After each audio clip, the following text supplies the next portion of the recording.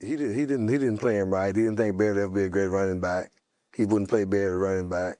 I was always at the game on Friday night. I was that kid that was always here with my dad. And so now, after so many things that happened, I'm the starting running back at North High School. And not only that, but I'm having a career year at running back. I cannot even explain it to you. And for me, just being on the field, playing the game, that was where I was at home. That's really all I wanted to do. I had heard a comment from previous coaches that, he just wouldn't stick it up in there. That did not bother me. And his running style was fine with me because guess what? Nobody could tackle it. The Lions knew that he was their guy, and they got him the opportunity to do his thing in space, which is a smart thing. And that's why 2,000 yards was a possibility. Barry went on a streak of 14 consecutive games with 100-plus yards. You play this game to win Super Bowls. And once you had a taste of the playoff and you feel like the organization is not moving in that direction and you are the guy and you're risking your neck, your body, your mind, and you feel like they're not putting out the same kind of effort and you're losing, it's not fun. And once you start picking at a guy's love for the game, you lost him. There was probably some players that I thought it was a big mistake to get rid of. At the time, and while I played, it was definitely something that hurt. Ask the men who actually tried to tackle Barry Sanders what it was like. Darren Woodson, three-time Super Bowl champion, one of the hardest-hitting safeties of the 1990s, said tackling Barry felt like trying to grab smoke. You lined up perfectly, you committed, and then he simply wasn't there anymore. Reggie White, the greatest defensive end who ever lived, said Barry Sanders was the only offensive player who ever made him feel genuinely helpless. Lawrence Taylor put a running back on his personal list of nightmares. When defenders like that sound like they're describing a magic trick, the legend is real. But Barry was doing all of it with one hand tied behind his back. And that's the story most people have never fully heard. If this is already hitting different, smash that like button and subscribe. It only gets better from here. Wichita, Kansas. Not exactly a football factory, not a place scouts made special trips to, a mid-sized Midwestern city where a carpenter named William Sanders was raising 13 children under one roof with an iron set of rules and zero tolerance for shortcuts. Barry was quiet, almost deliberately invisible in a house that loud. 13 kids means you either fight for attention or you fade into the background. Barry faded, kept to himself, stayed out of trouble, did what he was told. At Wichita North High School, his coach didn't even hand him the featured back role straight away. Barry Sanders, the man who would go on to make NFL defenders look like traffic cones, spent time as the blocking back. The guy whose entire job was to lower his shoulder and create space for someone else to shine. Nobody was writing recruiting columns about him. Nobody was flying in to watch practice. The big programs had no interest. Oklahoma State offered him a scholarship, but it wasn't a full ride out of the gate. It started as a walk-on opportunity that only converted into a proper scholarship after he proved himself. Kansas State looked at him and decided he'd be better suited as a defensive back. Not a running back, a defensive back. Let that land for a second. The player who would eventually rush for more yards per carry than any back in NFL history. The player Reggie White called helpless making. The player Lawrence Taylor put on his personal nightmare list, was being recruited as a guy who tackles people, not carries the ball, tackles people. And that's how invisible Barry Sanders was coming out of high school. That's how completely the system missed him. It makes everything that came next feel almost like a revenge story, almost like the quiet kid from Wichita had something to prove to every program that looked the other way. Then came 1988, and Barry Sanders stopped being invisible forever. Oklahoma State, 1988. Barry Sanders gets his shot as the featured back and immediately does something that makes the entire college football world stop and stare. He rushes for 2,628 yards in a single season. Let that number sit there for a second. The previous single-season rushing record was 2,342 yards. Barry didn't edge it, didn't nudge past it. He demolished it by nearly 300 yards and made the old record look like a footnote. The NCAA Records Committee had to double-check the numbers because they genuinely didn't look real. But here's the part that makes it even more absurd. He did it in 11 games. He was suspended for the season opener due to an NCAA rules violation. Missed the entire first game, didn't play a single snap, and still produced the greatest single-season rushing performance in college football history. 11 games, 2,628 yards, 39 touchdowns, 7.6 yards per carry. That's not a Heisman Trophy campaign. That's a different sport. He won the Heisman by one of the largest margins the award had ever seen at that point. It wasn't close. It wasn't even a conversation. Voters who'd spent decades covering college football said they'd never seen anything like it and probably never would again.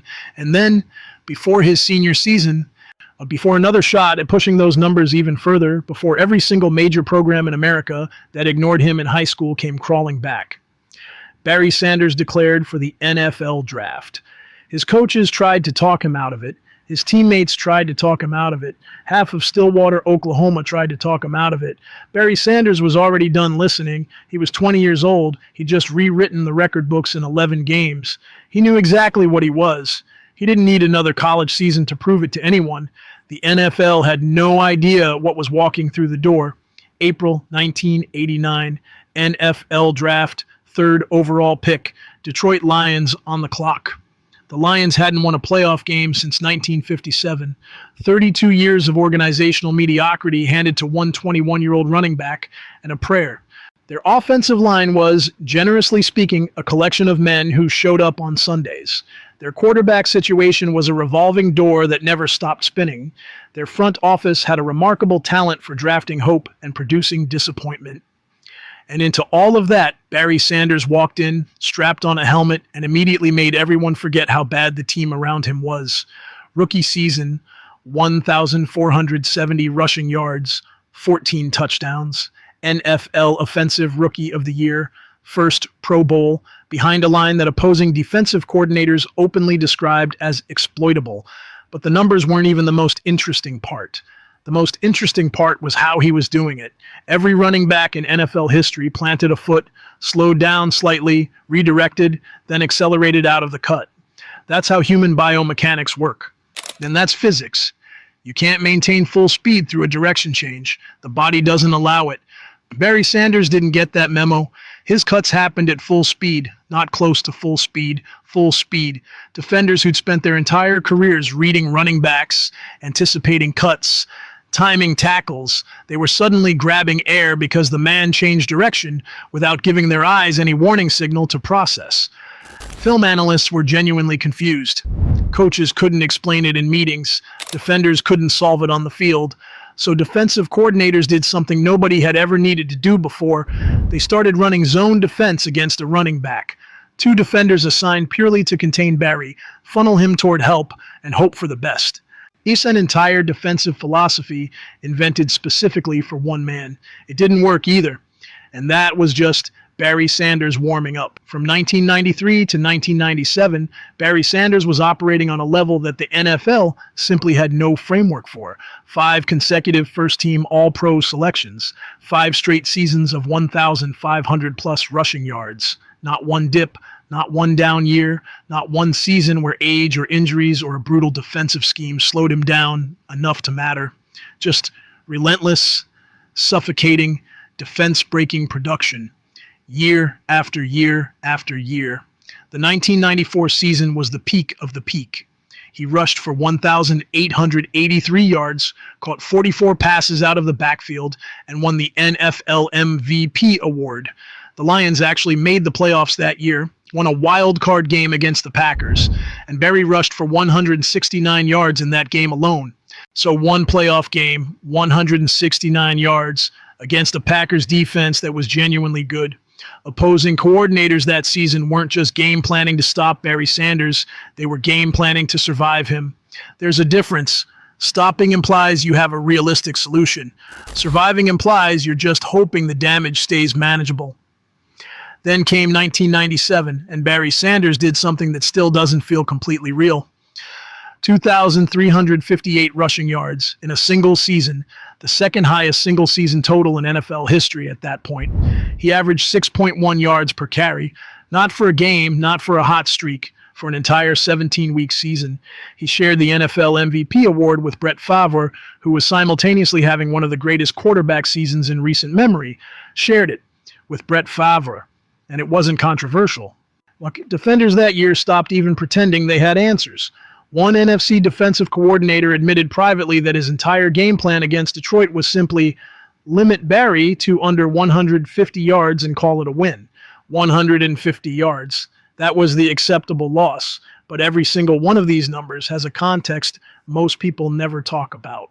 Here's the part of the Barry Sanders story that completely reframes everything you just read. For the majority of his 10-year career, the Detroit Lions offensive line ranked in the bottom third of the entire NFL. Not occasionally, not in a rough patch, consistently. Year after year, the men blocking for the greatest runner alive were getting beaten at the point of attack, giving up penetration before Barry even touched the ball, and creating negative yardage situations that any other running back would have simply accepted. Barry didn't accept them. He turned them into highlight reels. The quarterback situation was worse. Detroit cycled through signal callers the way other franchises cycle through backup specialists.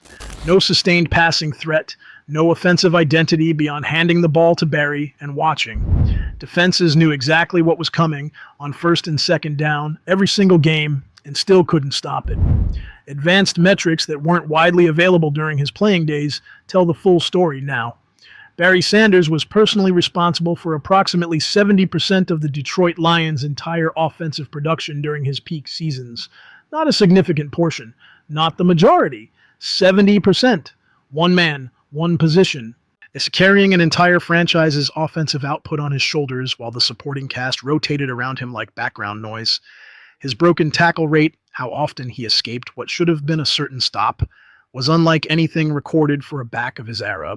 His yards after contact numbers weren't just good. They were historically anomalous.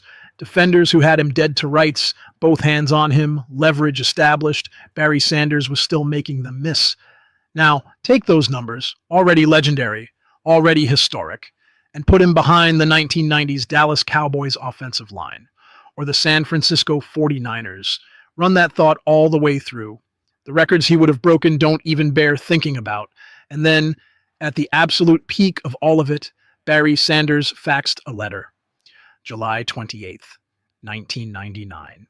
Barry Sanders didn't call a press conference, didn't sit down with a reporter, didn't notify the Lions front office, his teammates, or his own agent before pulling the trigger. He faxed a retirement letter directly to the Detroit Free Press and walked away from football forever. He was 30 years old, coming off a 2,358-yard season with 1,457 rushing yards standing between him and Walter Payton's all-time record. A record the entire football world had assumed Barry Sanders would eventually own. The Lions found out from their own front office, who found out from reporters calling for comment. Teammates learned about it on the news. His father found out the same way everyone else did. The fallout was immediate and total. Sports radio didn't just react, it melted down. And a host spent weeks constructing elaborate arguments about obligation and legacy and what greatness owes the game.